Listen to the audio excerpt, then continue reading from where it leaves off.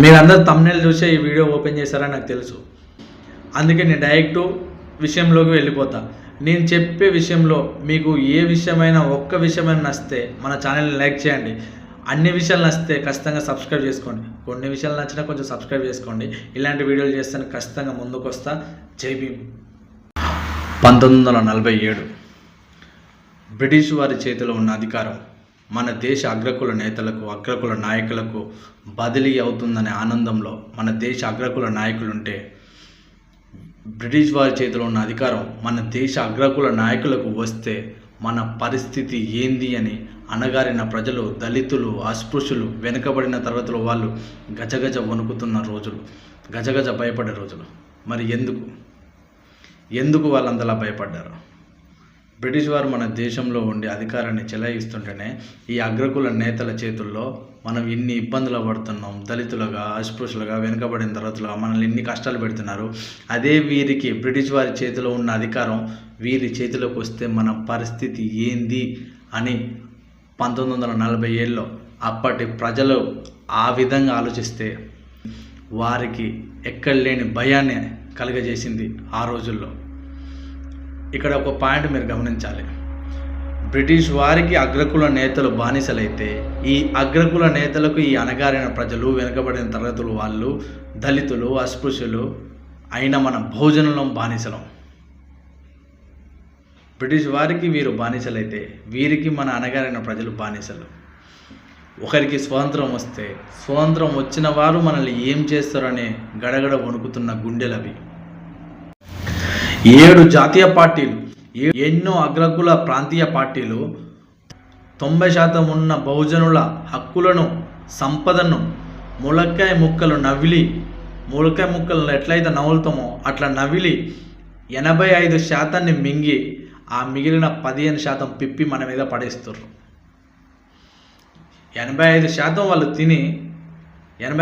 వాళ్ళు తిని నమిలి ఆ 15% మన బహుజనుల మీద ఉంచుతుర్రు, పడేస్తుర్రు. అది మన పరిస్థితి. మిత్రమా, బహుజనులారా, ఇప్పటికైనా లేండి. ఎవ్వరు ఒప్పుకున్నా ఒప్పుకోకున్నా అంబేద్కర్ గారు యూనివర్సల్ స్టార్. అంబేద్కర్ గారు ప్రపంచ నాయకుడు. అయ్యా, మా వారికి చదువు లేదు, తినడానికి తిండి లేదు, వారికి భూమి లేదు, వ్యవసాయం చేసుకునే భూమి లేదు, చదువుకోలేదు. వాళ్ళ నాయకుడిని ఎన్నుకునే అధికారం వాళ్ళకి ఇవ్వాలి. వారికి రాజకీయం గురించి ఏం తెలియదని బ్రిటిష్ వారికి నచ్చజెప్పి వారిని మన అట్టడుగు ప్రజల కోసం కమ్యూనల్ అవార్డు తీసుకురావడం జరిగింది. ఈ కమ్యూనల్ అవార్డు అంటే ఏం లేదు, ఇందులో 2 ఓట్లు ఉంటాయి అన్నట్టు. 2 ఓట్లు. ఈ 2 ఓటు, ఒక ఓటు వాళ్ళ వర్గానికి చెందిన నాయకుడిని ఎన్నుకోవడానికి, ఒక ఓటు మళ్ళీ అందరి ప్రజలతో కలిసి ఉమ్మడిగా ఇప్పుడు మనం ఎలా అయితే ఓటేస్తున్నామో అలా అందరితో పాటు వేసే ఓటును 2వ ఓటుగా అంబేద్కర్ గారు అణగారిన వర్గాలకు ఇవ్వడం జరిగింది. 1932 ఆగస్టు 17వ తారీఖున బ్రిటిష్ వారు కమ్యూనల్ అవార్డు ఇస్తున్నట్టు ప్రకటించడం జరిగింది. ఈ విషయం తెలుసుకున్న గాంధీ, అప్పుడు గాంధీజీ లేడు, అప్పుడు ఎర్రవాడ జైల్లో ఉన్నాడు. ఎర్రవాడ జైల్లో ఉన్న గాంధీకి ఈ సమాచారం వెళ్ళంగానే అస్పృశ్యులకు, దళితులకు, వెనకబడిన జాతుల వరకు, నిమ్న వర్గాల వరకు మీరు కమ్యూనల్ అవార్డు ఎలాగ ప్రకటిస్తారు అని గాంధీజీ గారు వెంటనే స్వాతంత్రం వస్తుందో రాదో అని భయం లేదు, ఎక్కడ అణగారిన జాతుల వారు ఎక్కువ అందలం ఎక్కుతారు, వాళ్ళకి అధికారం దక్కుతుంది, వాళ్ళు పెత్తందారులుగా చెలాయిస్తారనే భయంలో గాంధీ గారి వెన్నులో వణుకు పుట్టించింది. అప్పుడు వెంటనే అప్పటి బ్రిటిష్ అధికారికి గాంధీ గారు ఒక లెటర్ రాయడం జరిగింది. ఏమని రాశాడంటే, ఒక కడజాతి వారికి, నిమ్న వర్గాలకు మీరు కమ్యూనల్ అవార్డు ఎలా ఇస్తారు? మీరు ఇస్తే నేను ప్రాణ త్యాగం చేసుకుంటా, నేను ఆత్మాహుతి చేసుకుంటా అని వారిని బెదిరించడం జరిగింది. వారికి ఇచ్చిన కమ్యూనల్ అవార్డుని ఎట్లనే రిటర్న్ తీసుకోవాలి, ఉపసంహరించుకోవాలి అని చెప్పడం జరిగింది గాంధీ గారు. ఎన్ని విధాలుగా నచ్చజెప్పినా, అంటే ఫస్ట్ లెటర్ రాశాడు, వాళ్ళు వినలేదు. మళ్ళీ 2వ లెటర్ రాశాడు, మళ్ళీ వినలేదు. తర్వాతకి నేను చచ్చిపోతానని వాళ్ళని బెదిరించడం జరిగింది. గాంధీ గారు నేను చచ్చిపోతానని వాళ్ళని బెదిరించడం జరిగింది. ఈ టైంలో గాంధీ చనిపోతే మన మీద ప్రజలు తిరగబడతారు, మన ప్రభుత్వం మీద, మన బ్రిటిష్ వారి మీద ప్రజలు వ్యతిరేకంగా ఉంటారని ఆలోచించి అంబేద్కర్ గారు ఎంతో కష్టపడి సాహసించి పోరాడి తెచ్చిన కమ్యూనల్ అవార్డులను బ్రిటిష్ వారు రద్దు చేస్తున్నట్టు ప్రకటించడం జరిగింది. అప్పుడు బ్రిటిష్ వారు రద్దు చేస్తున్నట్టు ప్రకటించగానే అంబేద్కర్ ఒక చక్కని మాట అన్నారు. అయ్యా మహాత్మా గాంధీ గారు ఒక దళితులకు, అస్పృశ్యులకు, వెనుకబడిన తరగతుల వారికి, నిమ్న జాతుల వారికి ఒక కమ్యూనల్ అవార్డులు ఇస్తే వాళ్ళ బతుకు మారుతుందని చెప్తే మీరు వాటిని రద్దు చేయమని నేను ప్రాణత్యాగం చేసుకుంటానని చెప్పారు. అదేదో మన దేశానికి తెల్లదొరలు స్వాతంత్రం ఇవ్వకపోతే నేను ప్రాణత్యాగం చేసుకుంటానని బ్రిటిష్ వారిని మీరు బెదిరించి ఉంటే మన దేశానికి స్వాతంత్రం ఎప్పుడో వచ్చేదాన్ని మహాత్మా గాంధీ గారిని అంబేద్కర్ గారు ప్రశ్నించడం జరిగింది. అంబేద్కర్ గారు కమ్యూనల్ వార్డుల ద్వారా 2 ఓట్ల విధానాన్ని ఎందుకు తీసుకొచ్చారంటే ఒక ఓటు వాళ్ళ నిజాయితీ పరుడైన నాయకుని ఎన్నుకుంటానికి, 2వ ఓటు సమాజంలో అందరితో కలవడం. ఈ అగ్రకుల నాయకులు ఖచ్చితంగా ఈ నిమ్నవర్గ ప్రజలు కావాలి, వారి అవసరం ఉంటుంది కాబట్టి వారికి ఎటువంటి హాని చేయకుండా వారి బలం వీరికి కావాలి కాబట్టి వారిని మంచిగా చూసుకోవడం జరుగుతుంది. ఒక మంచి దృఢమైన నాయకత్వం ఏర్పడుతుందని అంబేద్కర్ గారు భావించడం జరిగింది. అందుకే 2 ఓట్ల విధానాన్ని తీసుకొచ్చారు. ఈ కమ్యూనల్ అవార్డుల ద్వారా ఈ అణగారిన ప్రజలు వాళ్ళు ఎన్నుకున్న నాయకుని ద్వారా ఒక మంచి వ్యవస్థను, వారి జాతిని అభివృద్ధి చెందించుకోవడం జరుగుతుంది. అలాగే ఇంకో 2వ ఓటు విధానం ద్వారా దేశం కూడా అభివృద్ధి చెందుతుంది. ఈ అణగారిన ప్రజలు అభివృద్ధిలోకి వస్తారు, అలాగే దేశం కూడా అభివృద్ధి చెందుతుంది. ఒకటేసారి దేశం ఒక పవర్ఫుల్ వెపన్గా, ఒక భారతదేశం ప్రపంచంలోనే ఒక నెంబర్ 1 దేశంగా ఎదుగుతుంది, ఒక అతి శక్తివంతమైన దేశంగా ఎదుగుతుందని ఆలోచించి ఇటువంటి విధానాన్ని తీసుకురావాలని భావించారు. కానీ మన దురదృష్టం చేతం అంబేద్కర్ గారు చివరి వరకు ఎంత ప్రయత్నించినా అది మన దేశంలో రాలేకపోయింది. మొత్తానికి బ్రిటిష్ వారు ఆ కమ్యూనల్ అవార్డులను రద్దు చేయగానే ఇప్పుడు అందరూ ఉమ్మడి నియోజకవర్గంలో ఓట్లు వేయడం జరుగుతుంది. ఈ గాంధీజీ గారు ముఖ్యంగా అన్ని వర్గాలకు నాయకులు ఉంటారు, అన్ని వర్గాల వారికి టికెట్లు ఇస్తాం, అన్ని వర్గాల వారు ఎమ్మెల్యేలు, ఎంపీలు అవుతారని ఒప్పుకోవడానికి గల ముఖ్య కారణం ఏంటంటే కమ్యూనల్ వార్డుల ద్వారా ఒక సమర్థవంతమైన నాయకుడు చాలు వాళ్ళ జాతి అభివృద్ధి చెందడానికి. ఒక సమర్థవంతమైన నాయకుని స్థానంలో 2 చెంచాలు ఉన్న మనకు ఒరిగేది ఏమీ లేదు, మనకు పోయేది ఏమీ లేదు, మనకు ఎటువంటి నష్టం లేదని బలవంతంగా మనపై ఈ ఉమ్మడి నియోజకవర్గాలను గాంధీజీ గారు రుద్దడం జరిగింది. ఈ ఎమ్మెల్యేలు, ఎంపీలు వాళ్ళ పార్టీల నుంచి గెలిచిన వారిని వారికి పగ్గాలేసి ఒక పశువుల వలె నడిపించుకుంటూ, పగ్గాలేసి కూర్చోమంటే కూర్చోవాలి, లేమ్మంటే లేవాలి, పగ్గాలేసి నడిచే పశువుల వలె చూస్తున్నారు. ఇప్పటికీ మనం చూస్తున్నాం చెంచాలు ఎంత హీనంగా తయారయ్యారో.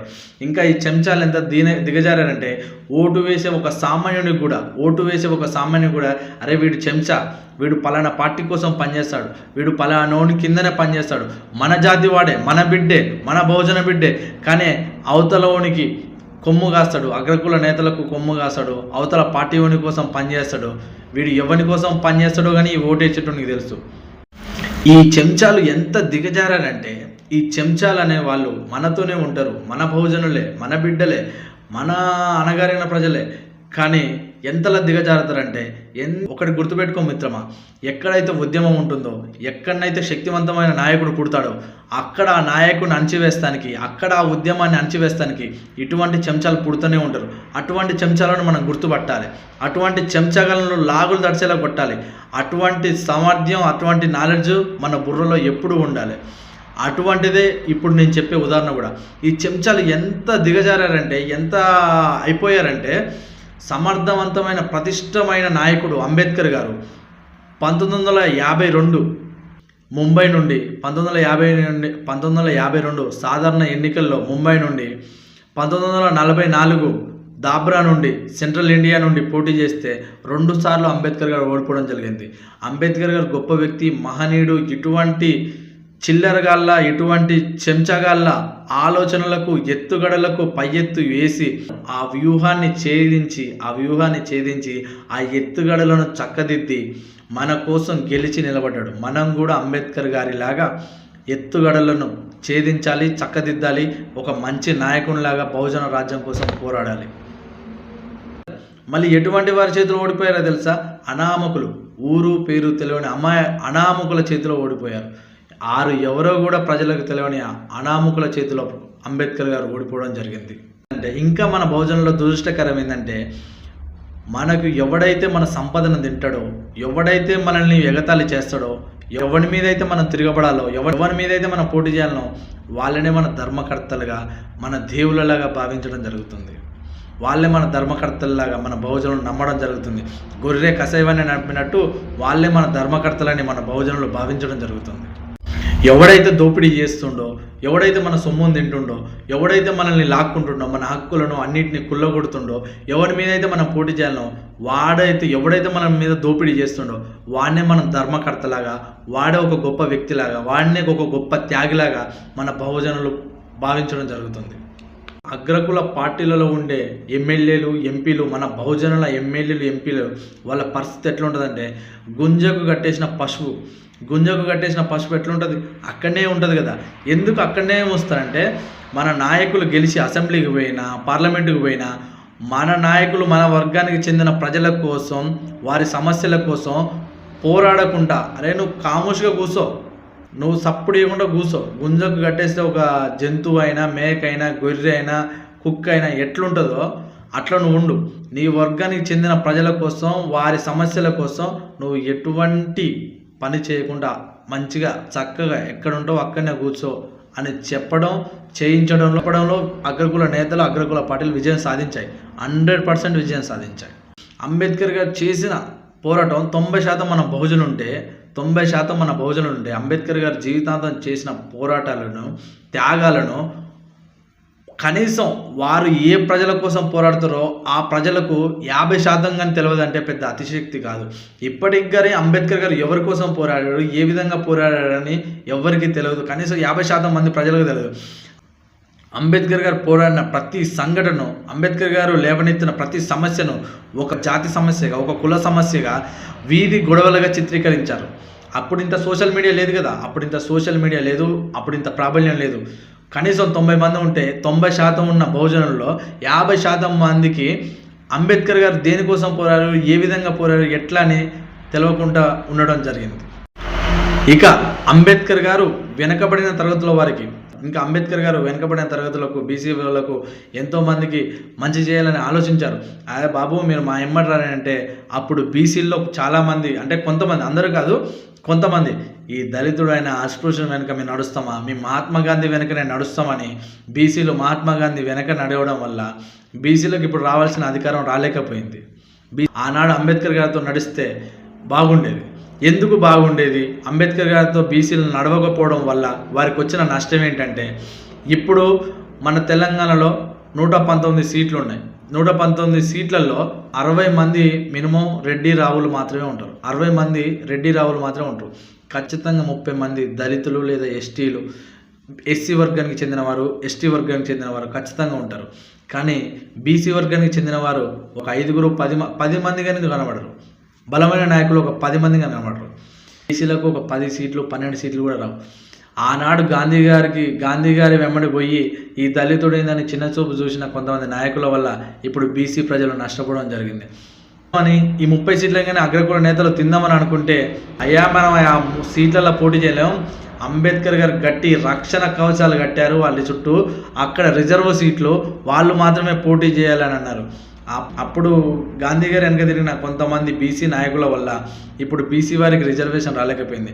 ఆనాడు మహాత్మా గాంధీని మా బీసీ రిజర్వేషన్ అని అడిగితే మహాత్మా గాంధీ చెప్పిన సంబంధం అంటే మేము వేరారా, మీరు మనందరం ఒకటే అని గాంధీజీ గారి ఇష్టానికి, వీళ్ళ హక్కులను, వీళ్ళ న్యాయానికి, వీళ్ళ రిజర్వేషన్ని వాళ్ళ ఇష్టానికి వదిలేయడం వల్ల ఇప్పుడు బీసీలు మా రిజర్వేషన్ మాకు కావాలి, మా ఎమ్మెల్యేలు మాకు కావాలని ఎంత కొట్లాడుతున్నా కానీ ఇప్పటికీ 50 సంవత్సరాలు అయినా కానీ ఎస్సీలకు, ఎస్టీలకు న్యాయం జరిగిందేమో కానీ బీసీలకు ఇప్పటికి కానీ 100% గాంధీ గారి వల్ల నష్టపోయింది వాళ్ళంటే ఈ బీసీ వర్గానికి చెందిన వాళ్ళే.